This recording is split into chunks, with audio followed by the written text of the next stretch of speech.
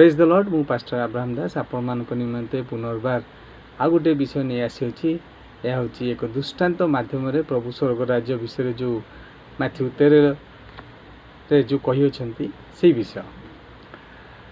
तो मैथ्यू 13:33 जपरी प्रभु कहती जीशु से आ गोटे दृष्टांत कहले स्वर्ग राज्य खमीर सदृश। जड़े स्त्री ता घेनी महणे मैदा मध्य घोड़ाई रखला और शेष समस्त खमीरमय है। Praise the Lord.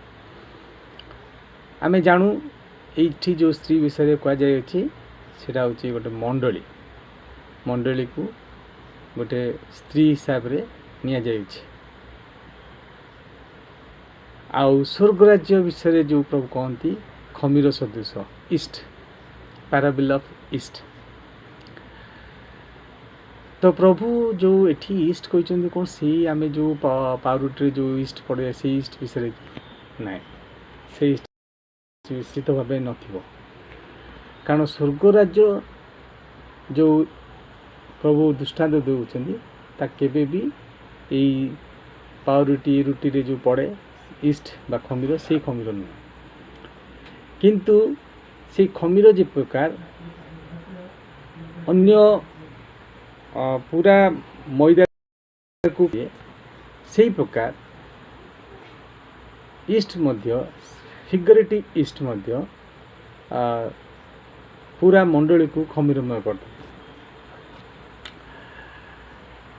तेणुक प्रभु से मैथिली लिखित सुसमाचार 16:5 रु जदि आम 12 तक पढ़ा से शिक्षाटा दियंती प्रभु। मु 2-4टा वर्स पढ़ुची आपण मानक पई।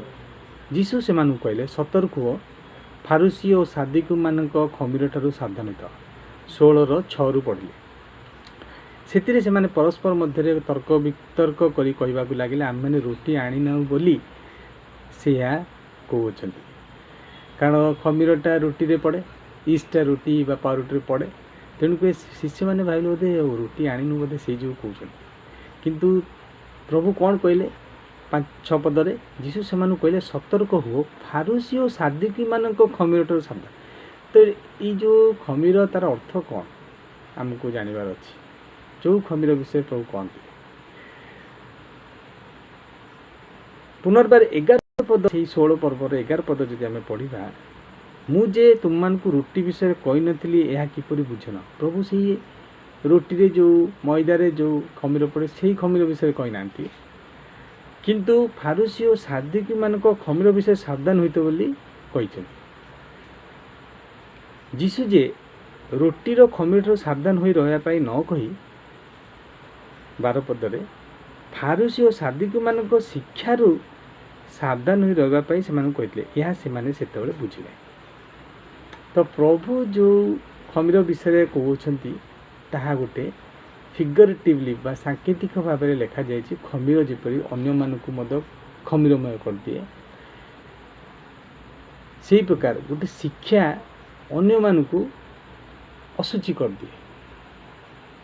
जदि आम गोटे भूल शिक्षा रहा जे प्रकार से दिन फारुसी और सादिक माने जो शिक्षा दौले से पुरातन नियम शिक्षा दौले 10 मांस विषय शिक्षा दौले अनेक विधि विधान मनुष्यगत रीतिनीति मनुष्य द्वारा निर्मित विधि पालन करने को से शिक्षा दौले 10 मांस आण आईटा छुओ नहीं सेटा छुओ नहीं यहीटा खाओ नहीं सेटा खाओ नहीं विश्राम बार को पवित्र रूपे पालन विषय यही सब विषय शिक्षा अनेक शिक्षा फारुसी सादिक मान।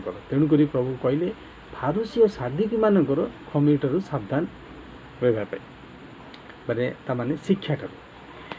जदि आम लोकलिखित सुसमाचार 12:1 पढ़ा से खमीर विषय लिखाई ये असंख्य लोक एकत्र हो परस्पर उपर माड़ी पड़ते से प्रथम अपना शिशु मान कह लगे फारुसी मान खमीर स्वरूप कपटता विषय सावधानित।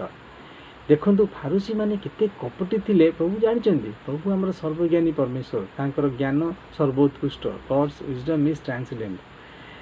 आमर प्रभु सब विषय जानती से जानिले फारुसी माने तांकर बिजनेस पाई तांकर केमती से जो ढोंगी ढोंगीपनटाକୁ बजाय रखापी से केवल तांकर स्वार्थ तांकर पैसा कि प्रकार इनकम करेंगे से जो से माने प्रभुंकर से दास मानकर वेश धारण करी से माने फारूसी बा साधुकी बा आचार्य ही बुलूले आ मंडली को भ्रष्ट करते।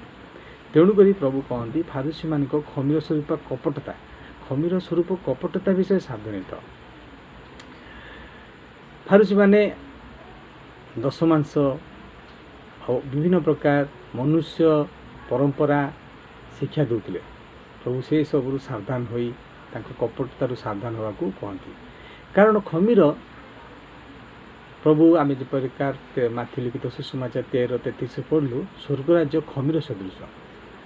प्रभु जो टीचिंग देइचंती से टीचिंग शिक्षा आम जदि भल रूपे जानिबा तेबे ताही आम मान निमंते स्वर्गराज्य।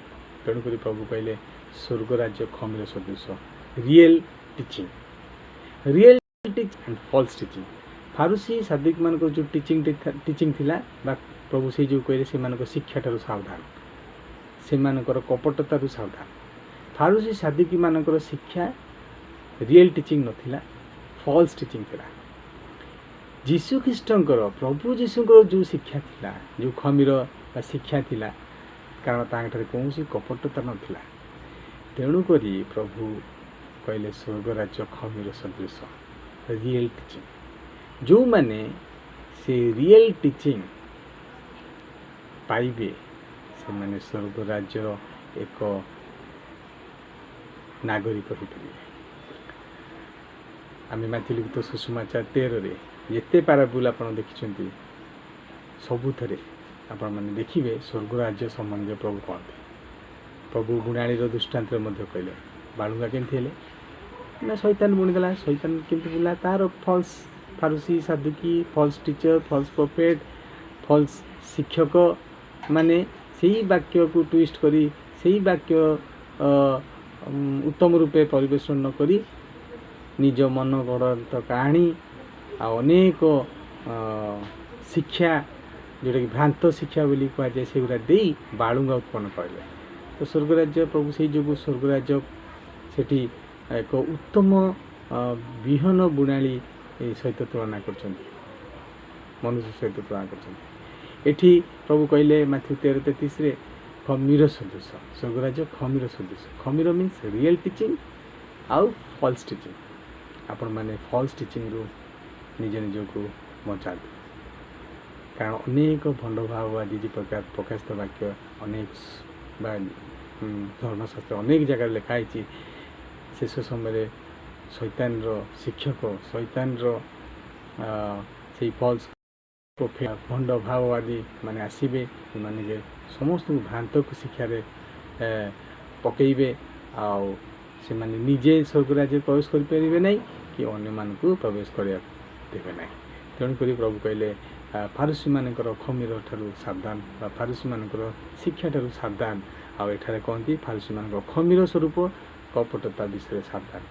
आम से पुरातन नियम को छाड़ी नूतन नियम प्रति अधिक ध्यान देवा कारण नूतन नियम रे प्रभु तांकर आज्ञा सब दिए। Praise the lord. आम से आज्ञा सब पालन करिया। प्रभु कहले if you love me keep my commandments जो 14:15 मैथ्यू 19:7 प्रभु कहते if you wants to enter into life keep my commandments. प्रभु जीशु कहते तुम्हें जदि अनंत जीवन में प्रवेश करिया चाहो मोर आज्ञा सब पालन कर। रियल टीचिंग सेटा नूतन नियम पाइपर कारण आम मैंने समस्ते नूतन नियम मंडली। प्रभु आप समस्त को आशीर्वाद अनुग्रह करूँ। Praise the Lord.